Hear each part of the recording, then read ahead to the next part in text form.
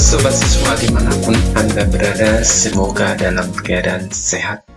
Ya, kali ini kita akan belajar dari tematik kelas 5, yaitu tema kelima, subtema kedua, pembelajaran yang ke-1. Pada pembelajaran ini kita akan fokus pada bahasa Indonesia dan IPA. Adapun tujuan pembelajaran 1, dengan mencermati teks non-fiksi yang disajikan, siswa mampu menemukan pokok pikiran dalam bacaan dengan tepat. Kedua, dengan menyimak keterangan tentang rantai makanan, siswa mampu membuat gambar rantai makanan pada ekosistem lengkap dengan keterangannya dengan cermat. Jadi nanti ada dua ini ya, kita akan mencermati teks non-fiksi, kemudian dengan begitu kita akan menentukan pokok pikiran, lalu nanti kita bisa juga membuat rantai makanan. Baik, kita langsung ke pembelajaran.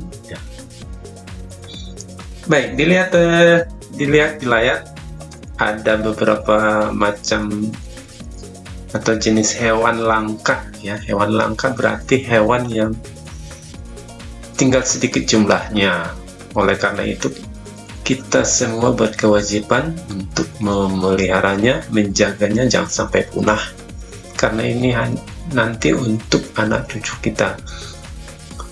Nah, apakah kamu tahu jenis habitat dan ekosistem tempat tinggal hewan-hewan tersebut? Nah, kita akan nanti lebih mengenal ekosistem dari hewan-hewan yang ada di Indonesia.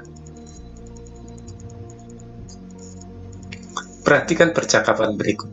Siti berbicara, "Din, menurutmu mengapa hewan-hewan tersebut menjadi langka?"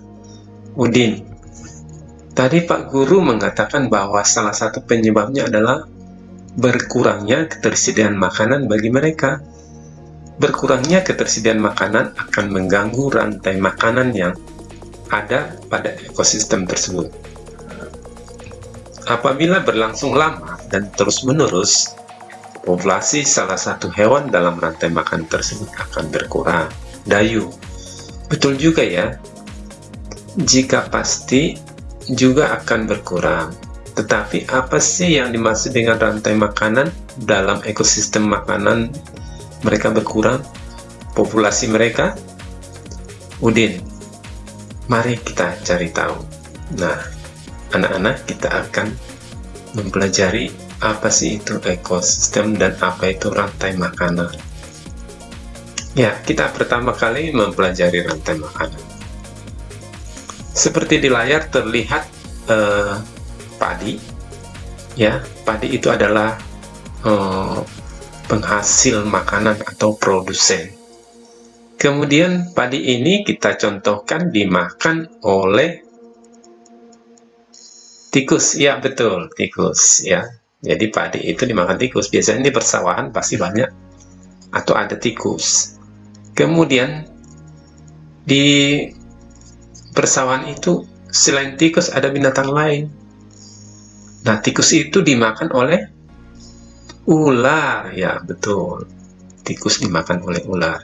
Nah, di persawahan itu lagi tempatnya si ular ada juga yang memangsanya atau yang memakannya, yaitu elang. Ya, betul. Nah, si elang ini biasanya adalah sudah tidak dimakan oleh hewan lain. Dia adalah konsumen yang paling tinggi ya. Jadi biasanya dia mati karena sakit, karena udah umurnya, karena tidak mendapat makanan. Nah, itulah yang membuat si elang mati. Nah, saat dia mati lama-lama membusuk, kemudian terurai di dalam tanah. Biasanya yang menguraikan itu adalah bakteri atau jamur ya, dan sejenisnya. Nah, kemudian hasil penguraian dari bakteri atau jamur tersebut dapat dimanfaatkan lagi oleh padi, oleh rumput, dan tanaman-tanaman lainnya. Jadi itu adalah perputaran yang terus-menerus terjadi. Oke, sudah mulai paham ya tentang rantai makanan. Ini adalah salah satu contoh rantai makanan. Rantai makanan ini sangat banyak ya, tergantung ekosistemnya di darat atau di laut. Nah, ini penjelasannya. Padi dimakan oleh tikus, kemudian tikus dimakan oleh ular, ular dimakan oleh burung elang. Setelah beberapa waktu burung elang mati, bangkainya membusuk diuraikan oleh makhluk hidup pengurai dan bercampur dengan tanah membentuk humus. Humus sangat dibutuhkan tumbuhan, terutama rumput. Begitulah seterusnya hingga proses ini berjalan dari waktu ke waktu. Nah, seperti itu contoh rantai makanan.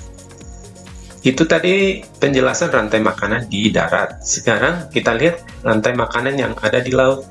Di lautan yang menjadi produsen tadi di darat adalah padi, rumput, dan sebagainya. Kalau di laut yang menjadi produsen itu adalah fitoplankton. Fitoplankton itu sekumpulan tumbuhan hijau. Ingat, dia berupa tanaman juga, sekumpulan tumbuhan hijau yang sangat kecil ukurannya dan melayang-layang dalam air.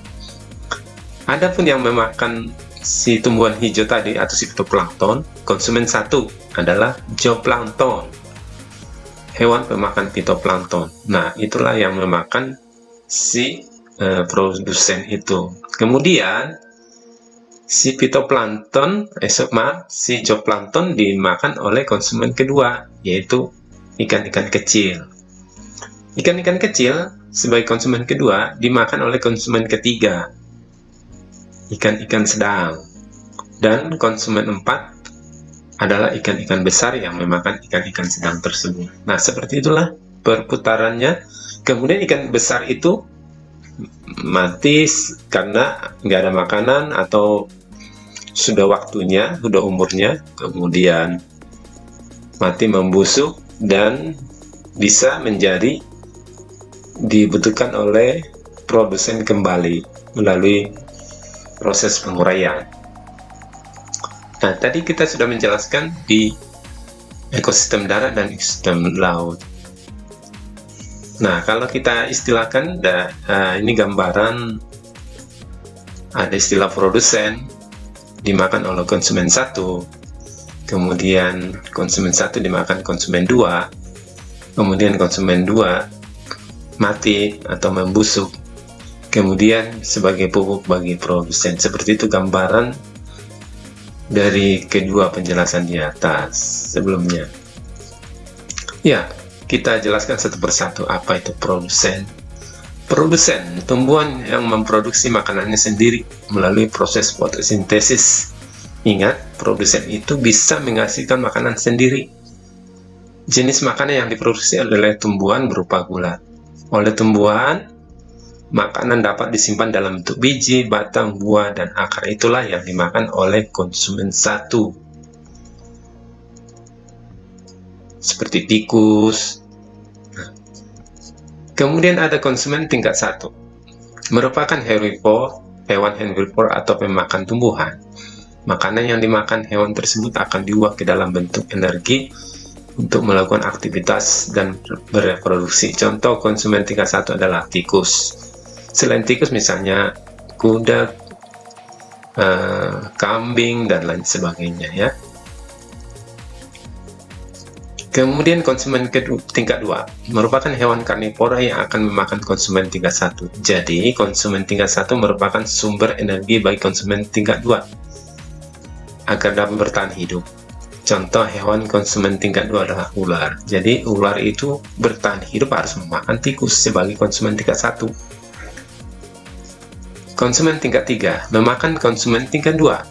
Contoh hewan konsumen tingkat 3 adalah burung elang. Burung elang itu untuk bertahan hidup harus memakan konsumen tingkat 2 seperti ular tadi. Nah, pengurai. Pada saat konsumen tingkat 3 mati, tubuhnya akan membusuk. Pada proses pembusukan, tubuhnya akan diurai oleh mikroorganisme seperti bakteri dan jamur.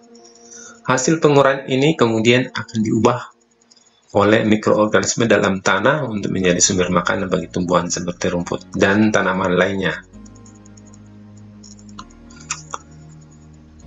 Baik, tadi sudah kita belajar tentang pembelajaran IPA dan penjelasannya. Kemudian kita akan belajar bahasa Indonesia, menentukan pokok pikiran. Nah, di sini di paragraf 1 sudah tersedia bacaan Saya bacakan, rantai makanan adalah perjalanan memakan dan dimakan dengan urutan tertentu agar antar makhluk hidup. Nah, itu adalah kalimat pertama. Padi dimakan oleh tikus, kemudian tikus dimakan oleh ular, ular dimakan oleh burung elang. Itu kalimat kedua. Setelah beberapa waktu, burung elang mati. Kalimat ketiga. Pengkanya membusuk diuraikan oleh makhluk hidup, pengurai dan bercampur dengan tanah membentuk humus. Kalimat keempat, ya, 1, 2, 3, 4. Humus sangat dibutuhkan tumbuhan, terutama rumput. 5. Begitu juga lah seterusnya sehingga proses berjalan dari waktu ke waktu. 6. Ini adalah ada 6 kalimat. Nah, yang menjadi kalimat utamanya dari bacaan ini adalah kalimat utama dulu. Untuk menentukan pokok pikiran, pertama kali kita harus membacanya dengan teliti, kemudian kita menentukan kalimat utamanya, kalimat yang menjelas. Di situ terdapat nanti pokok pikirannya. Nah, rantai makanan adalah perjalanan makan dan dimakan dengan urutan tertentu antar makhluk itu. Berada di kalimat pertamanya, di kalimat awal. Nah, yang menjadi pokok pikirannya adalah pengertian rantai makanan. Nah, itu terlihat dari kalimat utamanya itu yang menjelaskan tentang rantai makanan. Nah, seperti ini kira-kira cara menentukan pokok pikiran. Silakan nanti adik-adik juga bisa menentukan pokok pikiran pada paragraf-paragraf berikutnya. Tugas 1. Tuliskan pokok pikiran dari paragraf kedua dari bacaan halaman 55. 2. Tuliskan pokok pikiran dari paragraf ketiga dari bacaan halaman 55. Ketiga, gambarlah sebuah rantai makanan. Terlebih dahulu menentukan ekosistemnya, apakah di darat atau di laut. Rantai makanan yang ditugaskan jangan sama dengan contoh di buku. Selamat mengerjakan tugas. Baiklah, anak-anakku semuanya, pembelajaran kali ini cukup dulu dan kita akan bertemu dalam video-video berikutnya. Sekian dan terima kasih, sampai jumpa kembali.